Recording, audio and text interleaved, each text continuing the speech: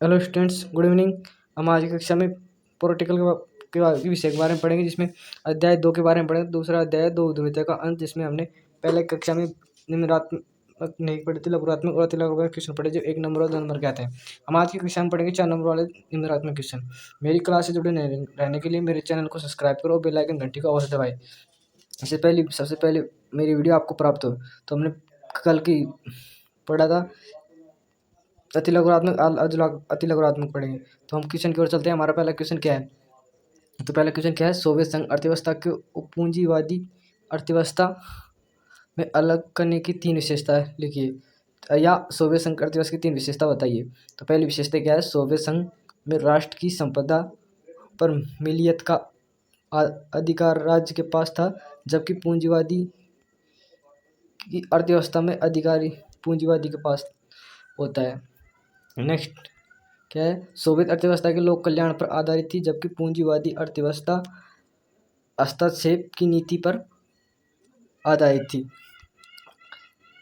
तीसरा अर्थव्यवस्था की विशेषता है, सोवियत अर्थव्यवस्था में नौकरशाही का शिकंजा कसे होने के कारण इसका स्वरूप सत्तावादी था, जबकि पूंजीवादी अर्थव्यवस्था में लोकतांत्रिक व्यवस्था पर पाई जाती है, जिससे अभिव्यक्ति की स्वतंत्रता होती है। ये पहला क्वेश्चन हमारा। नेक्स्ट क्वेश्चन क्या है हमारा? किन बातों के कारण गोर्बाचोव सोवियत संघ में सुधारों के लिए बाध्य हुआ? तो अपन को 3 बातें बतानी है। पहली बात क्या है? 70 वर्षों के कम्युनिस्ट पार्टी के शासन के कारण प्रशासनिक नीति अविरुद्ध हो गई और चारों ओर भ्रष्टाचार का बोलबाला था, तथा अपनी गलती सुधारने में व्यवस्थाएं असक्षम थी। दूसरी क्या है? कम्युनिस्ट पार्टी के अधिकारी को जनता से ज़्यादा विशेष अधिकार मिलते हुए थे, अतः आम नागरिक अलग अलग तलक पड़ गई। और अगली क्या है? सोवियत संघ की विशालता के बाद भी सत्ता केंद्रित थी, जिससे पार्टी जनता के प्रति जवाबदेह नहीं रही। इन कारणों से गोर्बाचोव सोवियत संघ के सुधार के लिए बाध्य हुआ।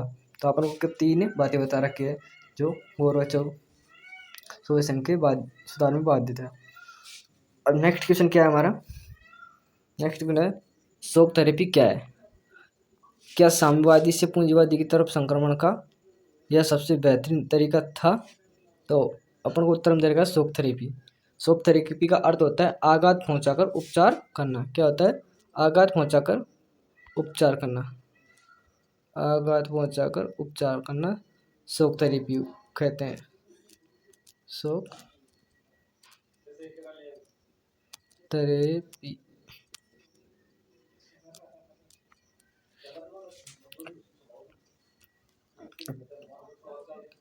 शॉक थेरेपी संक्रमण के बारे में पढ़ेंगे। विश्व IMF द्वारा निर्देशक मंडल, जिसमें साम्यवादी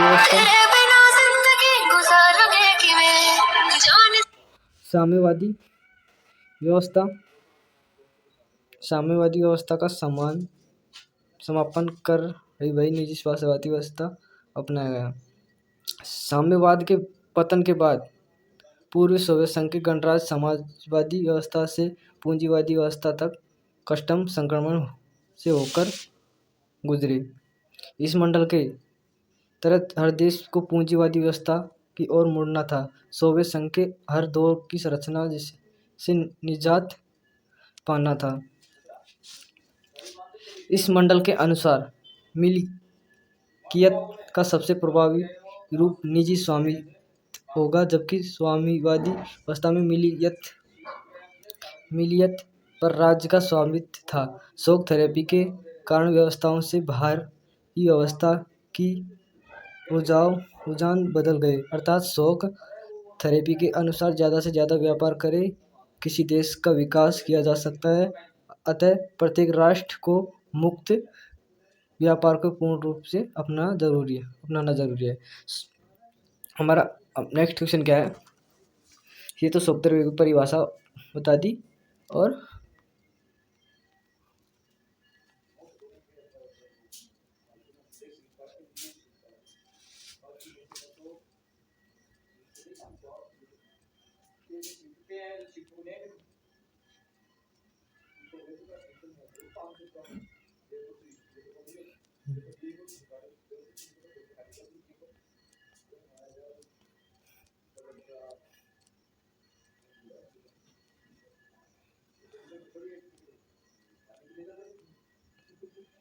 शॉक थेरेपी क्या है, इसके बारे में पढ़ा था। और क्या साम्यवादी पूंजीवादी की तरह संक्रमण का यह सबसे बेहतरीन तरीका है, इसके बारे में था। अब नेक्स्ट क्वेश्चन क्या है हमारा, शॉक थेरेपी का रूस की अर्थव्यवस्था पर क्या प्रभाव पड़ा, अथवा रूस के शॉक थेरेपी के परिणाम हुए बताइए।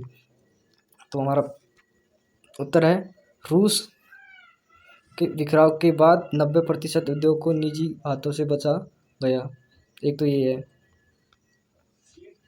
दूसरा, पूरे क्षेत्र की अर्थव्यवस्था तहस नहस हो गई तथा जनता को बर्बादी की मार झेलनी पड़ी।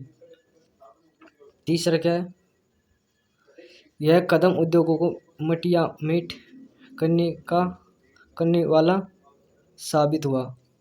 ये तीन हमको बातें बता रखी है।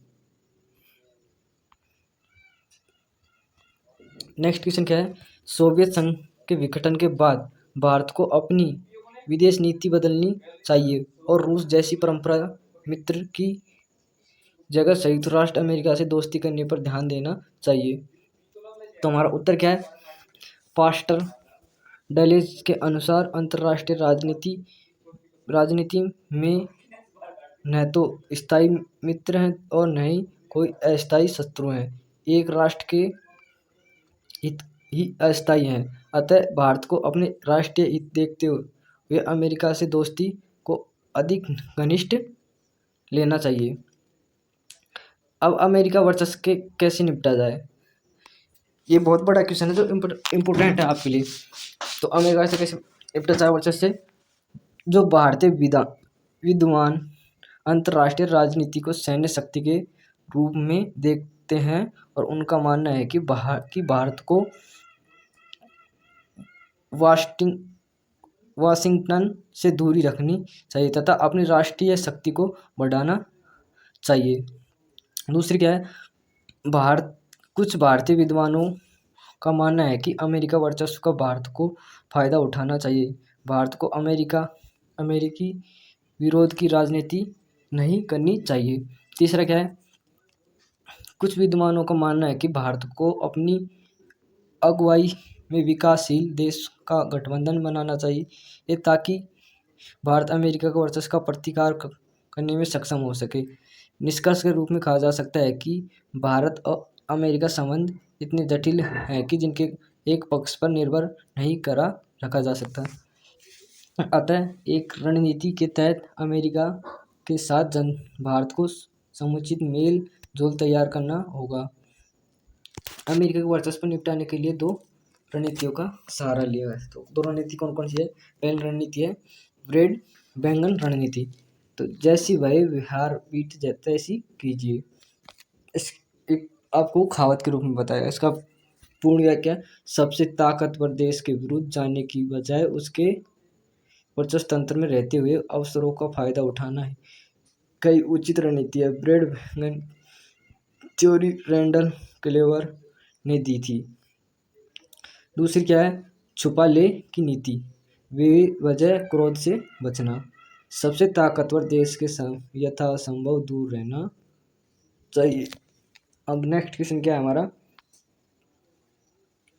नेक्स्ट क्वेश्चन है सोवियत संघ के विघटन के कोई 4 कारण बताइए या किन बातों के कारण को सोवियत संघ रूस के सुधारों के लिए बाध्य हुआ। क्वेश्चन तो एक है, दोनों क्वेश्चन एक है, दोनों क्वेश्चन अलग अलग, क्वेश्चन का आंसर एक है। तो ये आपको ध्यान रखना है, आपको क्वेश्चन क्या बोल रहा है, उत्तर क्या देना है। तो उत्तर में क्या है, सोवियत संघ के विघटन कारण। तो पहला कारण है सोवियत संघ के राजनीति आर्थिक संस्थाएं अंदरूनी कमजोरी के कारण लोगों की आकांक्षाएं को पूरा नहीं कर सकी। यही सोवियत संघ की पतन के कारण रहा। उपभोक्ता वस्तुओं की कमी हो गई और सोवियत संघ की आबादी एक बड़ा हिस्सा राज्य व्यवस्था को शक की नज़र से देखने लगा और राज्य व्यवस्था पर खुले आम सवाल खड़े कर रहे।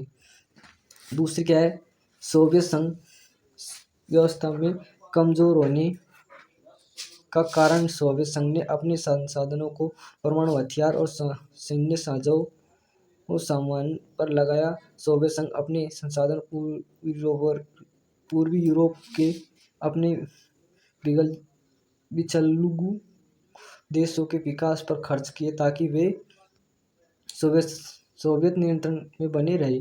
सोवियत संघ पर आर्थिक दबाव बढ़ा और सोवियत संघ व्यवस्था इसका सामना नहीं कर सका।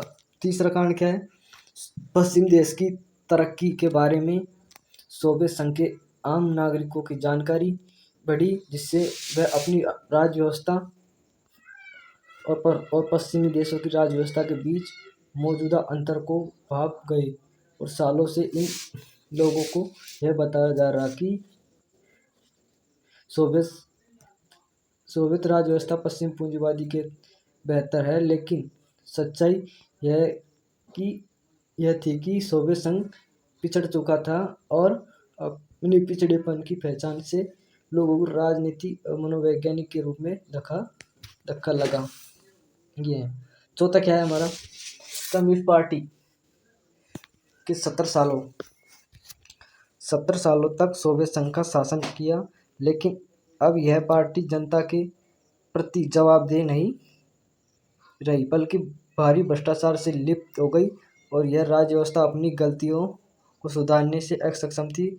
शासन व्यवस्था में खुलापन लाने के प्रति अनिश्चितता और देशों में विशालता के बावजूद सत्ता का केंद्रीकरण बनाए रखना चाहती थी। इस व्यवस्था में सबसे बुरी बात पार्टी के अधिकारियों को आम नागरिक से ज़्यादा विशेषाधिकारी मिले हुए थे, जिसके कारण जन आधा सीखता चला गया।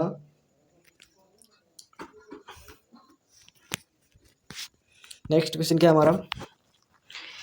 निम्नात्मक क्वेश्चन जी आपसे 6 नंबर में पूछा देते हैं।